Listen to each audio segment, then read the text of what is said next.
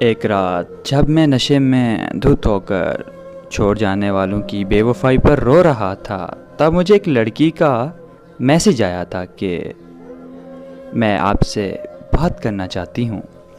میں نے message ignore کر دیا کیونکہ مجھے روٹین میں ایسے میسیجز آتے رہتے تھے۔ میرا سوشل میڈیا اکاؤنٹ حقیقت پر مبنی درد پر لکھی داستانوں سے بھرا ہوا تھا، جس کی وجہ سے بہت سارے لوگوں کے دلوں میں میرے لیے ہمدردی تھی، اور وہ لوگ مجھے میسیجز کرتے رہتے تھے، اور مجھے ہمدردی سے نفرت ہونے کی وجہ سے میں نے کبھی کسی کو رپلائی نہیں کیا۔ اس لڑکی کے میسیجز بار بار آنے لگے تو میں نے اپنا موبائل بند کر دیا اور سو گیا۔ اگلے دن میں صبح 7 بجے جب نیند سے اٹھا تو اپنا موبائل آن کیا تو اس لڑکی کے کوئی 200 میسیجز آئے ہوئے تھے۔ مجھے بہت غصہ آیا۔ میں نے اسے کال کی تو اس کی کال اٹینڈ کرتے ہی میں نے اس کی خوب انسلٹ کی اور کال بند کر کے اسے بلاک کر دیا۔ تھوڑی دیر بعد ہی مجھے ایک اور رانگ نمبر سے کال آئی۔ میں نے کال اٹھائی تو ایک لڑکی نے بھائی بولتے ہوئے مجھے کہا کہ میں نور کی بہن بات کر رہی ہوں۔ میں نے اس سے پوچھا کہ کون نور؟ وہ کہنے لگی کہ وہی نور جس نے سوشل میڈیا پہ آپ کی اسٹوری پڑھ کر پچھلے 7 دنوں سے کچھ نہیں کھایا، وہی نور جو پچھلے 7 دنوں سے لگاتار روئے جا رہی ہے، وہی نور جو پچھلے 7 دنوں سے سوئی نہیں، وہی نور جس کی کچھ دیر پہلے آپ نے انسلٹ کی۔ میں نے اتنا سنتے ہی کال بند کر دی اور وہ نمبر بھی بلاک کر دیا۔ رات کو جب میں پھر سے نشے میں دھت ہوا تو مجھے عجیب سے خیال آنے لگے اور عجیب سی بے چینی ہونے لگی کہ آخر یہ نور لڑکی ہے کون اور ایسا کیوں کر رہی ہے۔ تجسس اتنا بڑھ گیا کہ میں نے اسے ان بلاک کیا اور کال کر دی۔ کال اس کی بہن نے اٹینڈ کی۔ میرے ہیلو کرتے ہی مجھے کہنے لگی کہ اگر نور کو کچھ ہو گیا تو میں تمہیں چھوڑوں گی نہیں۔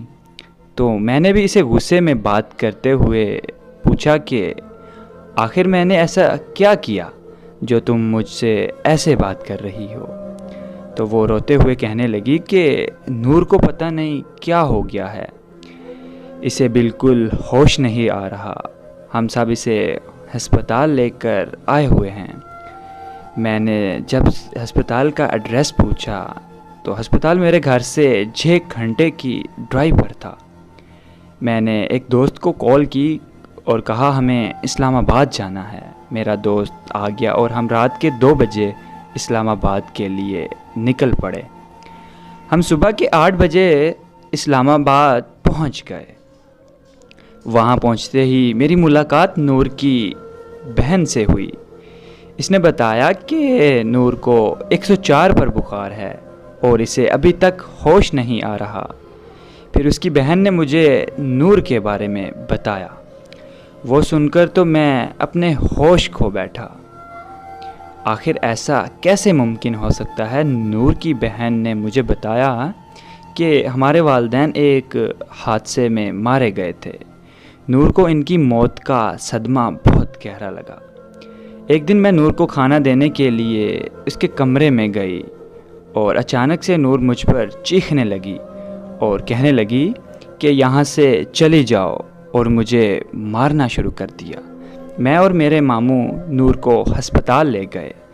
وہاں جا کر پتہ چلا کہ نور ایک دماغی مرض میں مبتلا ہے، ایسا مرض جس سے انسانی سوچ، احساسات اور اعصاب متاثر ہوتے ہیں۔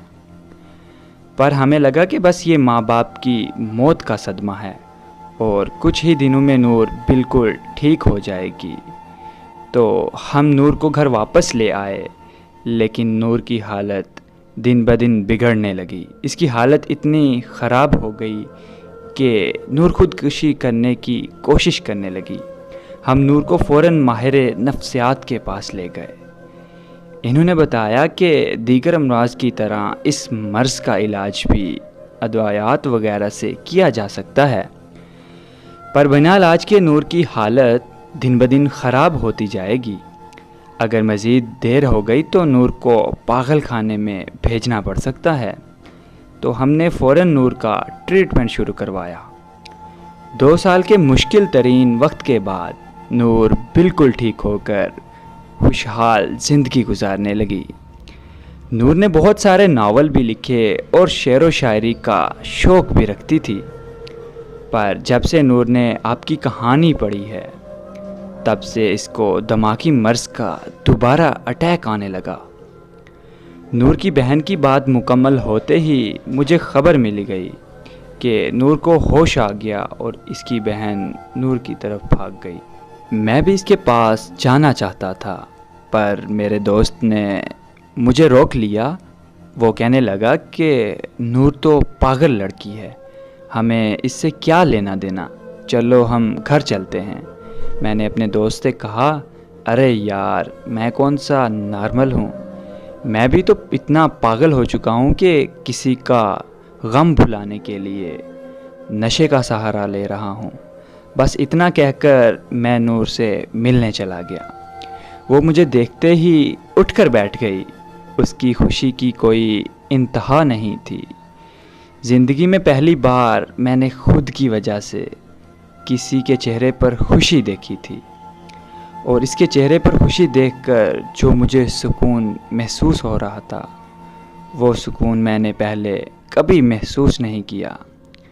میں نور کے قریب جا کر بیٹھ گیا اور اس سے اس کا حال چال پوچھنے لگا، تو مجھے کہنے لگی کہ آپ کے آنے سے سب کچھ ٹھیک ہو گیا ہے۔